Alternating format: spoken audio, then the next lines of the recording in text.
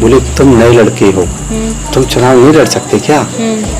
मैंने कभी सपने में कभी बेकार सोचा भी नहीं था। ऐसा तो नहीं बिजली गिर गई एकदम से। पता नहीं दिमाग में क्या क्वेश्चन करूं, उनके क्वेश्चन का क्या जवाब दूं। मेरे पास कोई जवाब आया टूटा फूटा, क्यों कभी बात नहीं की उनसे, करता नहीं था। बोले बाबूजी आप अगर कहोगे तो मैं कुएं में गिर जाऊंगा, यही शब्द थे मेरे में। आप जो जैसे कहोगे। बाबूजी की नहीं, कुएं में गिरने के लिए बात नहीं कर रहा, तुम विचार करो। तो मैं 12 का चुनाव लड़ा।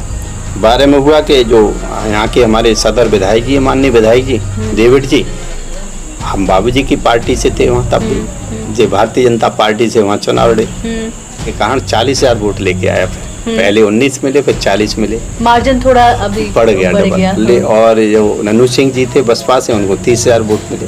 और जो माननीय विधायक जी सदर हैं इस समय, उनको 7,000 वोट मिले, और जमानत जब्त भी हुई थी उनकी।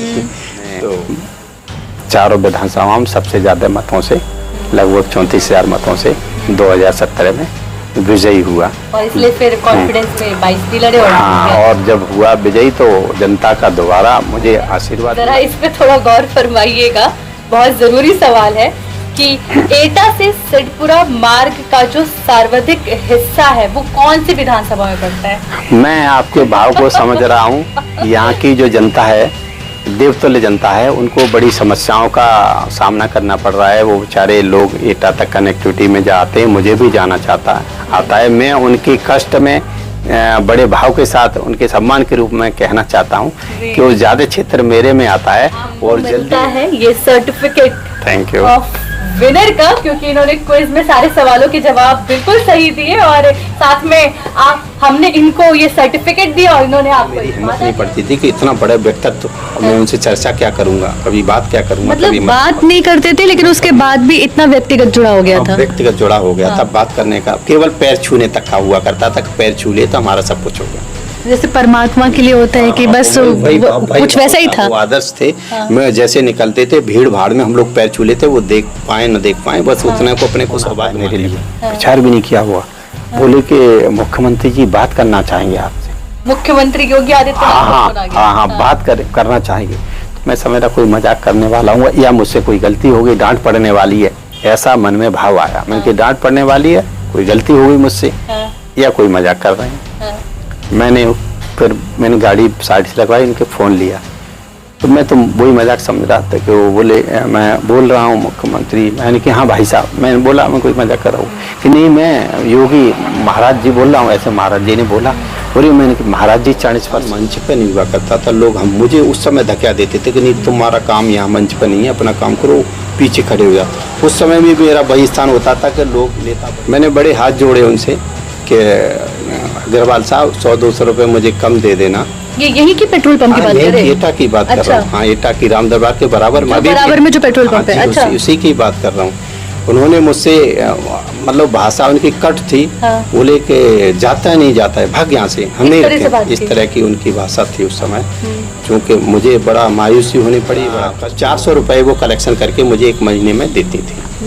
400 रुपए वो देते थे, फिर 1100 रुपए में डोर टू डोर जाता था पढ़ाने। कहीं मुझे 50 रुपए मिलते थे, कहीं 80 रुपए मिलते थे, कहीं 150 रुपए मिलते थे। इस तरह से मेरा कलेक्शन का पूरा टाइम फिर के फिर कहाँ पहुँचे? बीजेपी कार्यालय के दरवाजे पर। फिर क्या हुआ? फिर मैं अब जो 5-6 कमरे थे, तो बीजेपी गेट पे जो जूते चप्पल उतार देते थे लोग, मैं वहीं बैठ जाता था जाके। मतलब जहाँ पे जूते चप्पल उतार देते? वहीं बैठता था गेट पे, क्योंकि मेरा चाय पिला देंगे। तो मैंने कहा हाँ पिला दूंगा भाई। चाय का बड़ा रोल है आपकी लाइफ में। तो चाय के लिए उन्होंने कहा कि बाहर दुकान है, वहाँ से चाय बोल देना। तो मैंने उनसे कहा भी कि भाई साहब कितनी चाय लेके आऊँ। कार्यालय को व्यवस्थित चादर बिछा के मसंद वसंद लगा के तैयार कर लेते थे, फिर हम लोग बैठ जाते थे।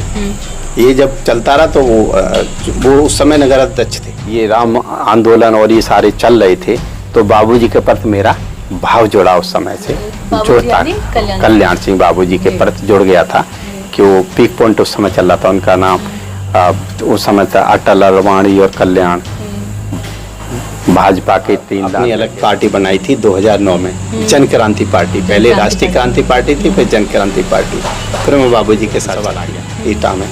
मुधौली विधानसभा के उस समय के वर्तमान विधायक जी की डेथ हो गई थी, और डेथ हो गई थी तो वहाँ उपचुनाव होना था निधौली पे।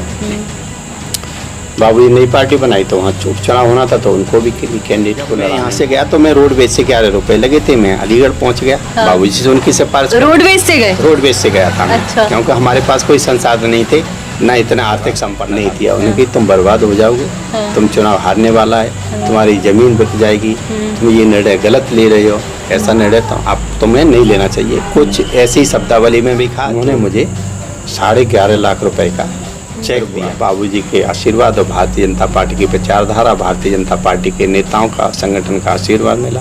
बाबूजी का आशीर्वाद। और कुछ लोग तो आज भी कहते हैं कि बधाई जी आप बनी हुई चाय पिलाएंगे, अपने हाथ की पिलाएंगे।